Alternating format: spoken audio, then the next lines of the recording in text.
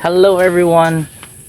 So ayan mga kalakotseros, ngayong araw is nandito tayo ulit sa Puguan guys. Ayan oh, may dala na tayong tray kasi nga ang gagawin natin ngayon is mag-harvest tayo ng mga eggs ng mga niyan guys. So meron tayo dito guys, lalagayan ng tray. So ito pala yung lagayan ng itlog natin. Itlog natin. So ito yung lagayan ng mga itlog ng pugo guys. So ngayon, tara samahan nyo ako sa pagkuha ng mga itlog. So pero bago yan guys, kung bago ka pa naman sa aking YouTube channel, don't forget to like this video, comment, share, and subscribe at itap nyo na notification bell para laging updated sa ating mga bagong videos. So tara samahan nyo ako. Yan ngayon is kumakain na yung ating mga, ayun, wala na palang laman yung ano nila, yung ating mga alagang pugo. So ayan sila guys. Yung ibi dyan ay nangingitlog pa. So ayan, may mga itlog na sa loob. Ayan. So every hapon, ang collection ng itlog natin, ng itlog ng mga pugo, ang collection ng itlog ng mga pugo is every morning at saka hapon lang guys. So ayan, tara, samahan nyo ako sa pagkuha ng mga itlog. So yung una nating kukuhaan ng itlog guys is itong mga nandito. Ayan, yung iba nangingitlog pa. So ilang itlog meron dito? Ayan, ayan, dito merong 3. 3 eggs. Lagyan natin dito muna. Oops. 3 itlog. At dito naman meron tayong 1, 2, 3, 4, 5, 6, 7, 8. So meron tayong 8 guys na egg. So dito lang muna natin ilagay para mamaya mabilisan na lang yung paglagay natin. Masagi pa. Paglagay natin sa tray. So may 8 dito. Then dito naman sa kabila, ayun, 2 lang. Siguro na harvest na kaninang tanghali yung ibang egg nila. At saka yung iba niyan mamaya is magpapahabol pa. So close na natin. Yan na yung mga itlog nila. Punta tayo dito sa kabila. Hey! Walang itlog dito. Ayan dito, madaron. Siglit lang. Ito. Merong 2 kahapon. Actually kahapon. Meron siguro nasa 80 plus yung nakuha ko kahapon. Ang nakuha nating itlog guys ng mga alagang pugo is, ayan, pakita ko sa inyo meron lang silang 2, 4, 6 lang. So yan, arrange lang natin. Sa isang tray na ito guys, ang laman niya is 100 pieces na 100 pieces na egg.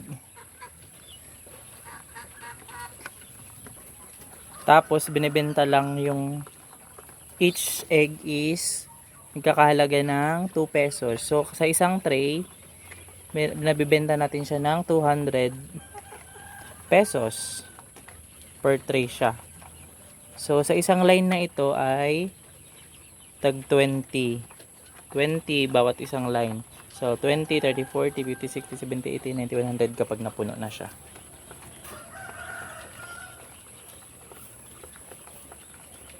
Ayan, kulang pa ng isa. Wala na bang pahabol dyan? Taran! So ayan guys, meron na tayo. Natapos na natin itawag dyan. Matapos natin ilagay sa tray. Punta muna tayo dun sa loob kasi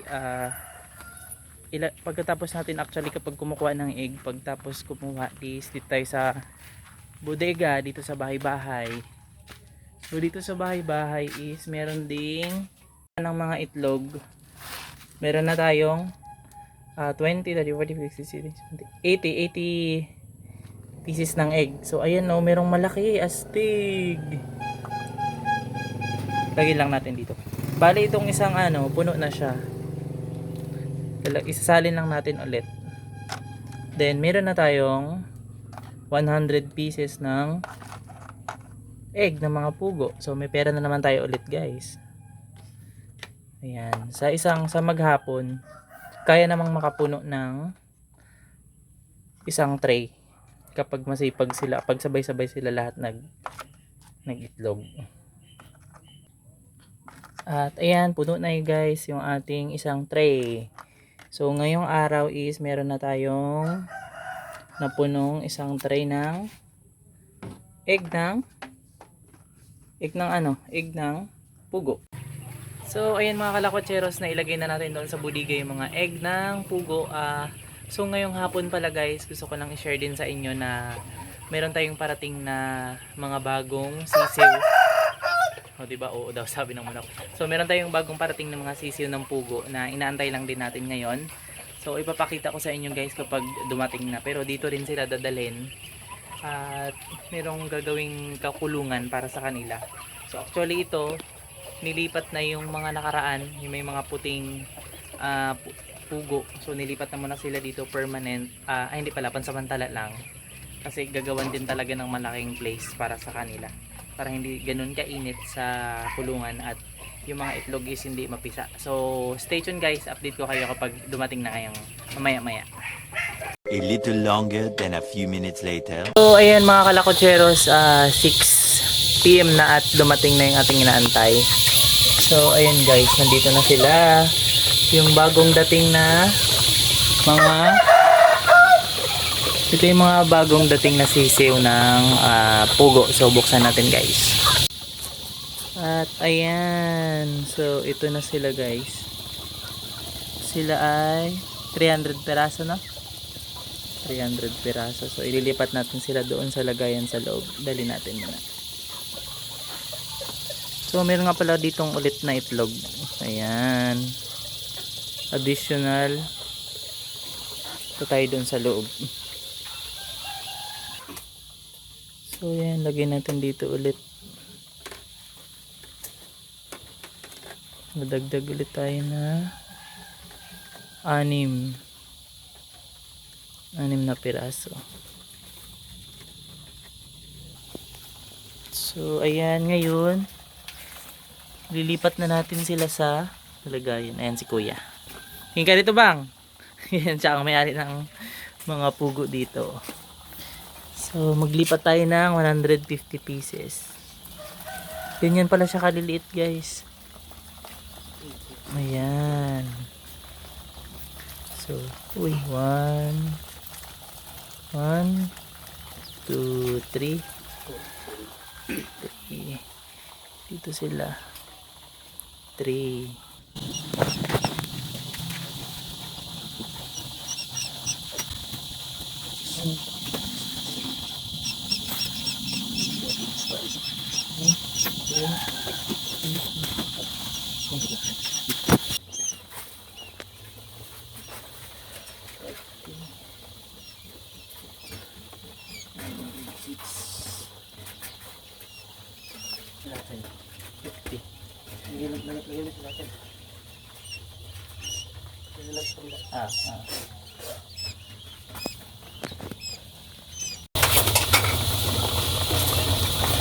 So ngayon meron na tayong nalagay na 50 dito sa kabila. Dito sa kabila bangin na nilagay mo? 155 2 4 6 8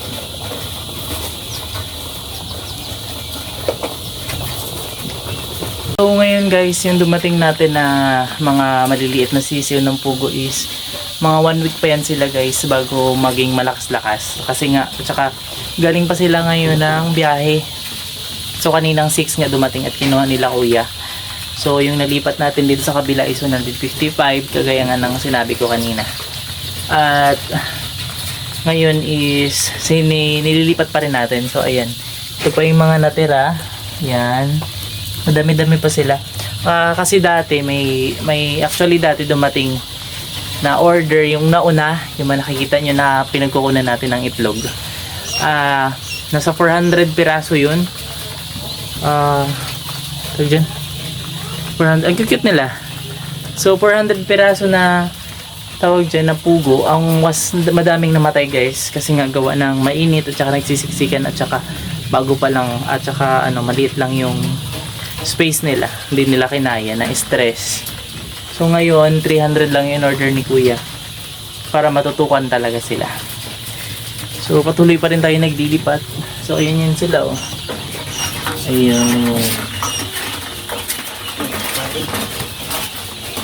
So, ayan. Tapos na sila nalipat lahat. Nilagyan pala ng papel para makakain sila kasi hindi pa sila sanay magkain doon sa lagayan ng pagkain nila. Ayan.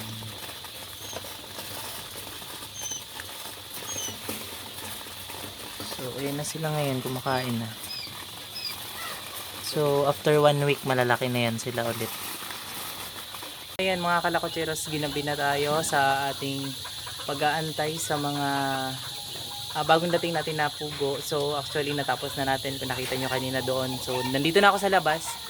Dahil tapos na rin ang paglilipat at pinapakain na rin ng kuya. So, ayan guys, hanggang dito na lang yung videos natin. So, sana po ay nag-enjoy kayo at huwag nyo po kalimutang i-like ang video itong mag-comment, share, and subscribe. At itap nyo na rin ang notification bell para lagi nyo updated sa ating mga bagong videos. So, ayan guys, ipapaalam na tayo. Bye! Thank you for watching!